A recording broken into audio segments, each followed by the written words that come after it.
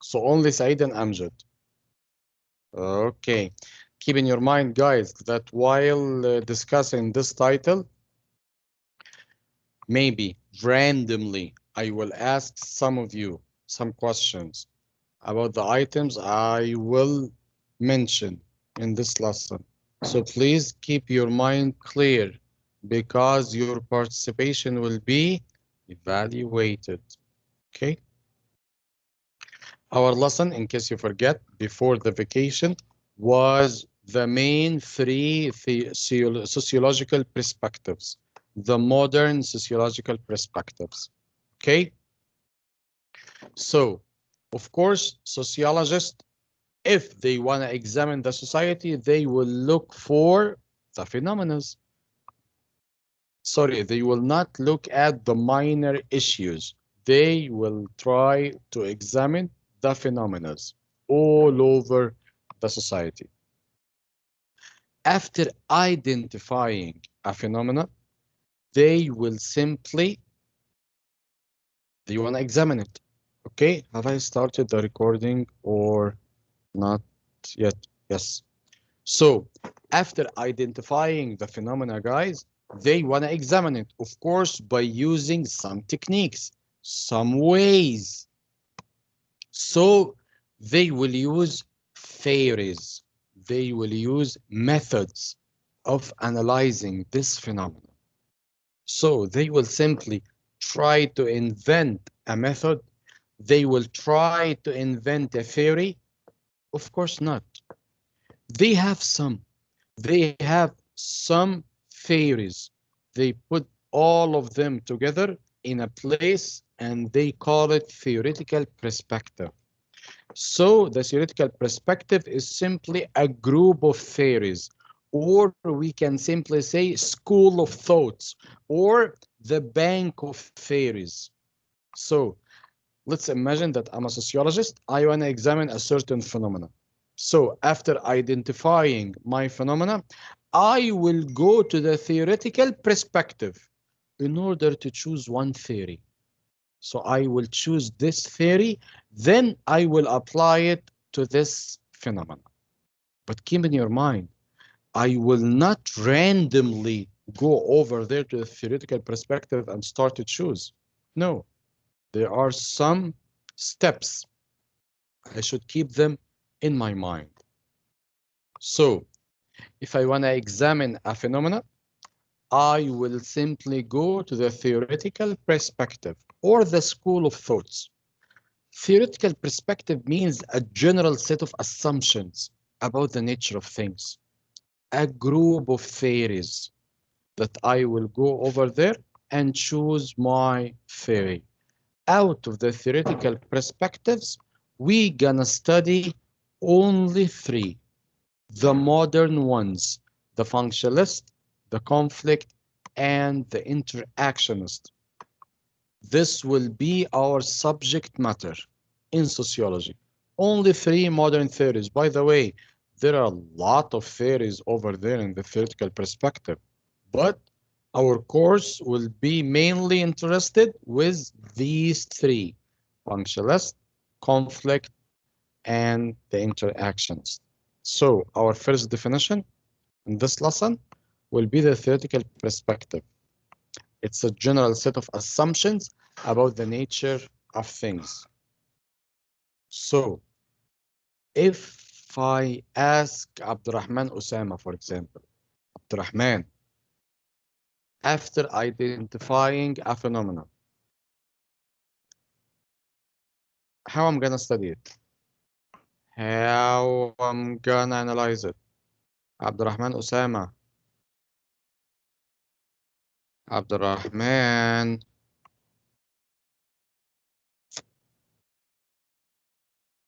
So there is no Abdurrahman. Abdurrahman, Yes, Mr. this, Corey. My yes, my mic wasn't. Yes, I'm here. no problem, Abdurrahman. So, Abdurrahman, how do you Yes. think a sociologist can examine a certain phenomena in the society? uh, what's the tools that he can use? Like This my question. This is my question. After identifying a phenomena. Yes.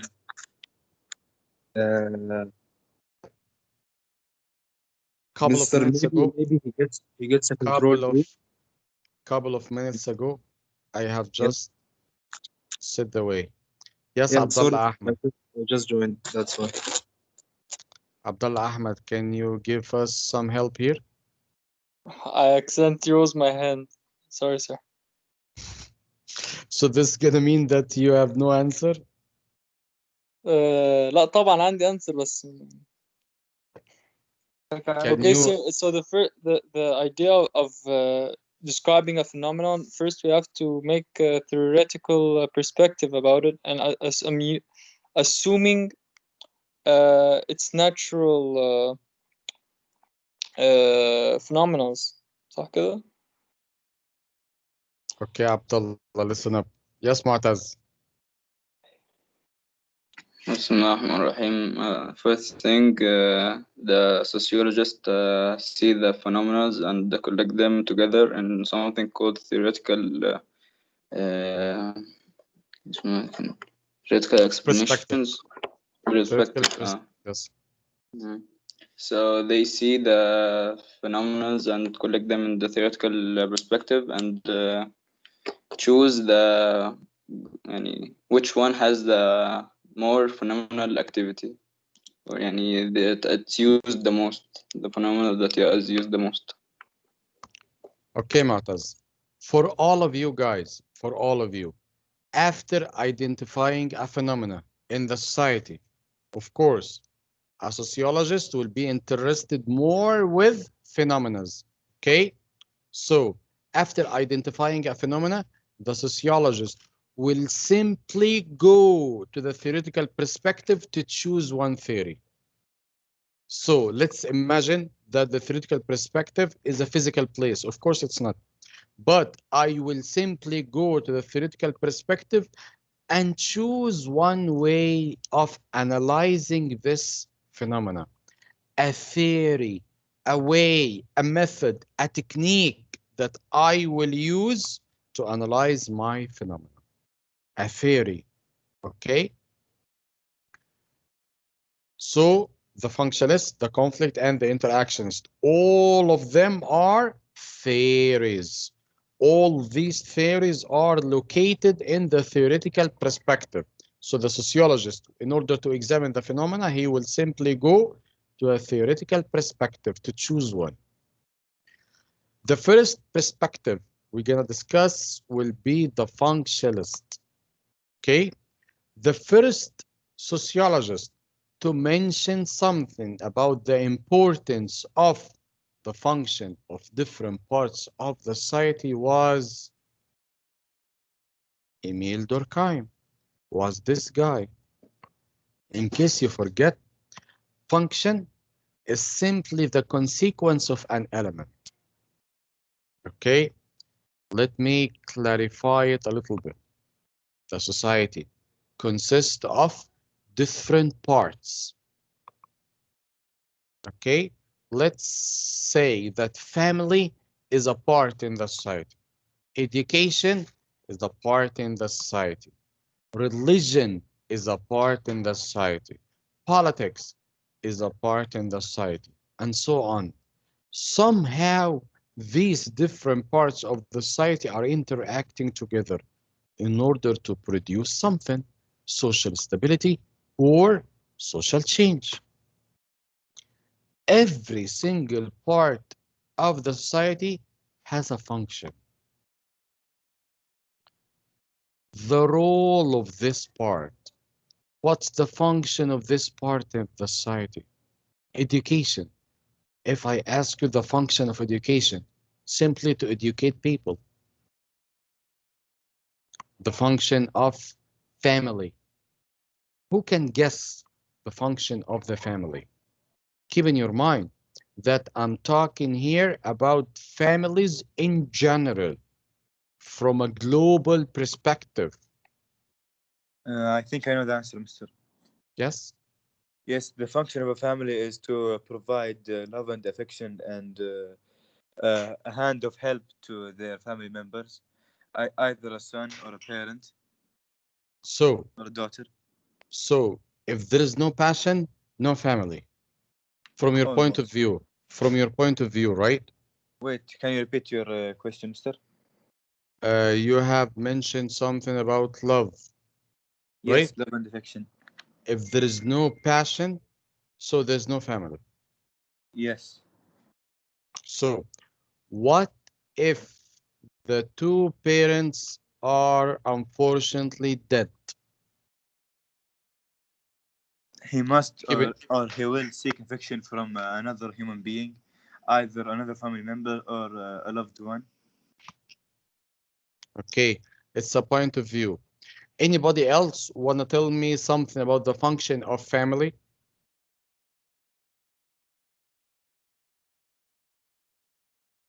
Guys,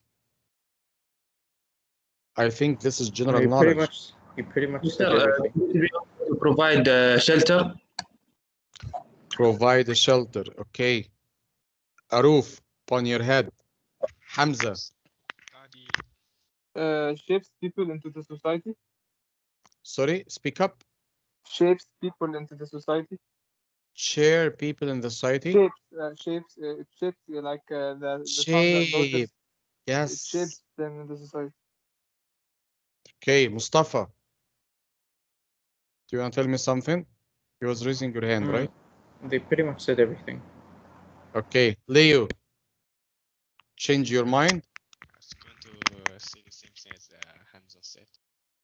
Okay. From a sociological perspective, guys, the function of the family is simply to prepare the children to be members in the society. Okay? All over the world, regardless of the way, regardless of the technique, to simply take care of the children in order to be good members in the society. Okay? So, back to our perspective, the functionalist perspective. The early sociologists who employed or who made the main points of this perspective were Herbert Spencer, Auguste Comte, and Emile Durkheim. The three of them had simply employed the main points of the functionalist. What's the functionalist perspective?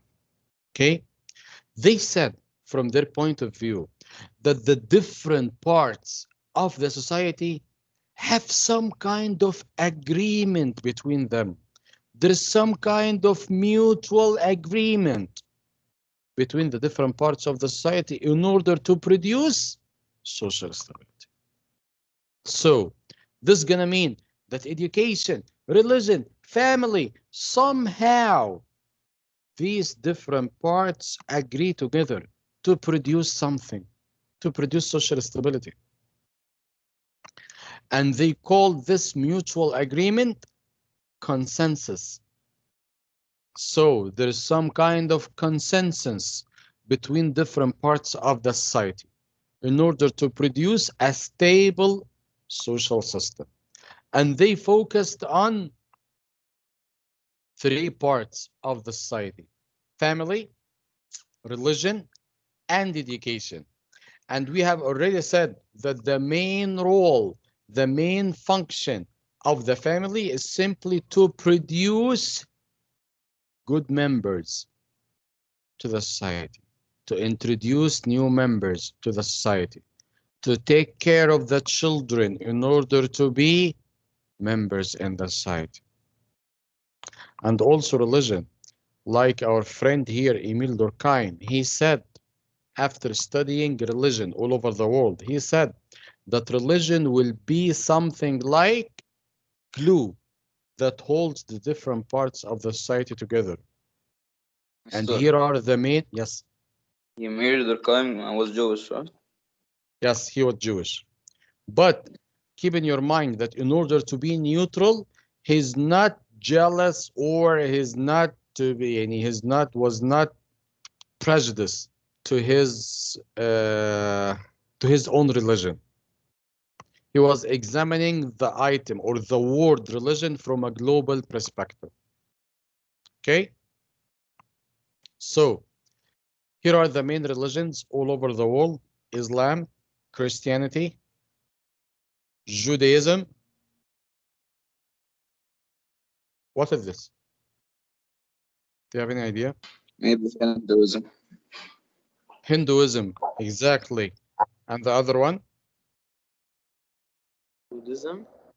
Buddhism, exactly. So here are the main religions all over the world. And the religion, guys, from a sociological view, the religion will be shared beliefs and values. The people agree to follow these rules. Okay? So religion, from Durkheim's perspective, is the most important part of the society. Let's go on. So the different parts of the society work together to produce social stability, a stable social system. So the society is held together through consensus. Somehow, the different parts of the society have this mutual agreement between them in order to produce social stability. So every part of the society will fulfill his function in order to achieve the social stability. So here is the first item. If I want to examine a phenomena in the society, and this phenomena will lead to social stability, I will use the functionalist perspective. Get the idea? Now I'm telling you the differences between the three perspectives. If the phenomena I want to examine will lead to social stability, so this is gonna mean I will choose the functionalist perspective. Okay? So are we living in utopia? Everything is running well all over the world? Of course, No. of course not. Of course not. For example, we agreed that the function of the family is simply to produce healthy members or good members to the society. Okay? But what about juveniles?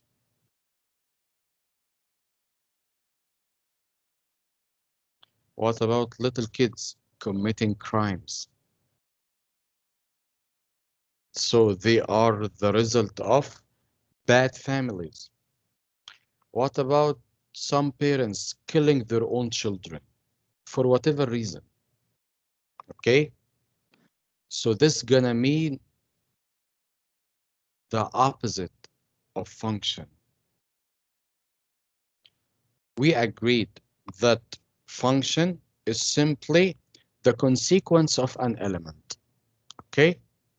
While dysfunction is simply the negative consequence an element has for the stability of the social system. Like committing a crime, for example. Of course, committing a crime will lead to social change, will not lead to social stability. Committing a crime will lead to social change. So, for the functionalist guys, we have function, the consequence of an element, and we have dysfunction, the opposite of the function, the negative consequence. Keep in your mind, who had a driving license, guys? Who has a driving license? Raise your hand, please. Good for you. Good. Okay. Thank you. For those who already raised their hands, hands down, guys, try to imagine yourself going to the school by using your own car. Okay? You are going to school by using your own car. This is gonna mean two things. one of them is hidden and the other one is crystal clear to all of the people. What's Can you please recognized? repeat the question, Mister? It's not a question. I'm just telling you an example. You are Yes, going can you to please school. repeat it? You are going to the school by using your own car. Okay? So this gonna mean that all of the people see you riding your own car will understand that you have got yourself one of the speedy means of transportation.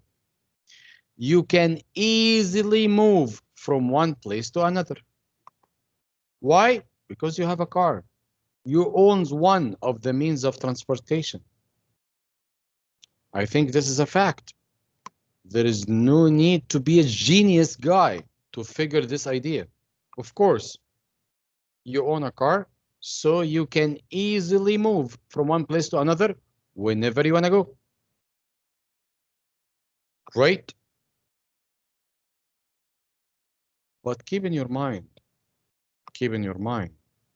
by having a car and going to the school by using your own car, you will earn yourself some kind of a social standing, some kind of upper social standing among your colleagues. For example, maybe one of your friends, one of your classmates will go to school by his own bicycle if his place or his residence is next to the school campus. So he will go to school by using his bicycle, and you are going to the school by using your own car.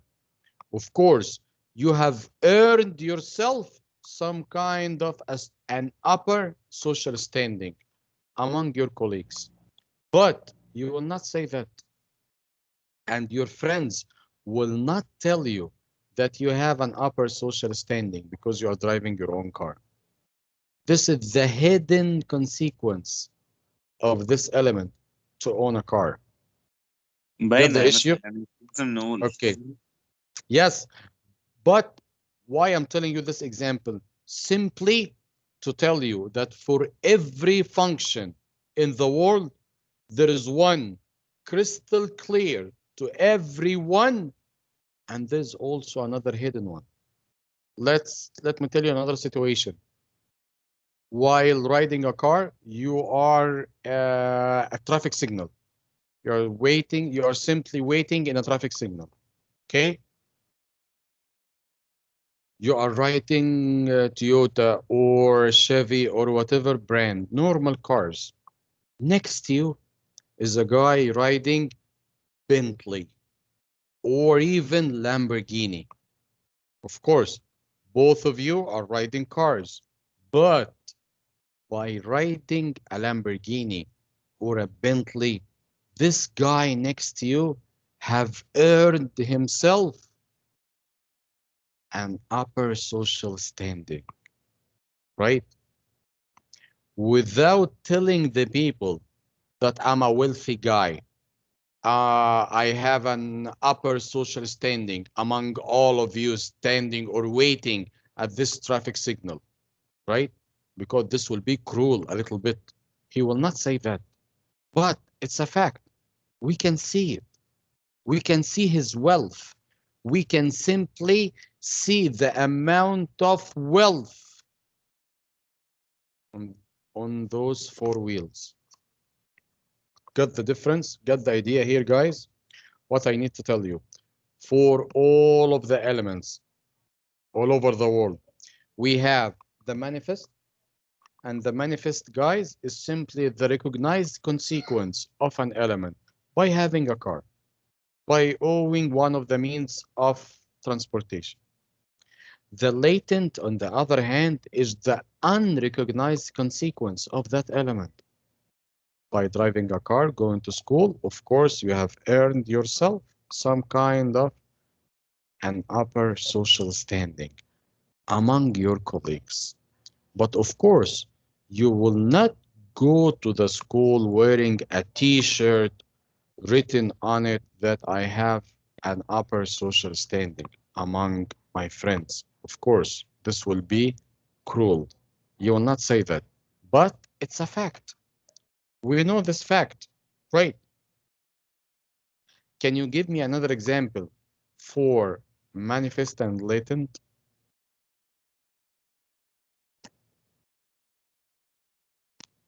Any suggestions? Shh, complete silence. No, Yes, Hamza. Mister. 1 minute. Can I answer? Okay, be my guest. For example, the area people live in, different areas. The place of residence, exactly. Of course. Thank you, Hamza. Of course, if you are living in a compound, it will not be the same if you are living over there in Batha, for example, right? Yes. Who else? Who else can give me an example? Maybe Mr. like living in a different country with different living conditions. What do you mean by living in يعني different countries? مثلا But you if have to someone is compare yourself with your surroundings. Just elaborate a little so bit. yeah, if someone is living within Saudi Arabia, he would be used to like, you know, like Saudi Arabia has its own way of living, and then he goes to live in America, and America has a totally different way of living, and atmosphere and weather and everything. So maybe where is the latent and where is the recognized and where is the hidden consequence of this element? It's Where like is the the latent way and where is that the the person manifest? who changed, like the person who went to America instead of Saudi Arabia, it would be different on him. Mr. maybe I the didn't get this passport. situation. Yes, maybe the passport, for passport, of course, by having another nationality. I think, Mr. Also the type of food that you eat. The type of food or the type of cloth you are wearing. If Yes, you are both of wearing them. brands, for example. Let me give you another situation here. Unfortunately, if you are sick, okay? If you are sick and you want to go to the hospital, maybe some of you will go to the Saudi German hospital, while the others will go to a free public hospital like Shemisi, for example. Of course, both of you will be treated. Both of you will be cured. But by going to the Saudi German hospital, for example, of course, you have earned yourself some kind of social standing. Get the issue? By showing wealth. Another example, you are now in an international school. Try to compare yourselves to those who go to a public school. Of course, both of you are not the same. By going to an international school, you have earned yourself a social standing. I'm not telling you that to be cruel to others, to feel bad about the others who are not in international schools. No, I'm just showing you the difference between the latent and the manifest, the hidden and the recognized consequence of the element. The recognized is the latent or the manifest? Who can help me here, guys? The latent is hidden or recognized? Manifest. Latent is hidden. Thank you, Mustafa. Amjad, what do you want to tell me? While manifest is recognized. Thank you, Abdullah. Amjad, what do you want to tell me? It was about the examples of the manifest and latent functions of something. For example, the use of social media. The manifest effect is that people want to connect with each other. But for example, a latent function is that it's used for advertisements and yes, it's used for advertising. It's a good example. Thank you. Yes, it's a good way of thinking. So now, guys, I can tell you that our lesson comes to an end. Thank you very much. Have a nice day until we meet again tomorrow. Assalamu alaikum wa rahmatullah. Thank you, Bye. Mr. Thank you, Mr. See you next lesson. Salam. See you. Thank you, sir. Thank you, Mr. يلا. Thank you.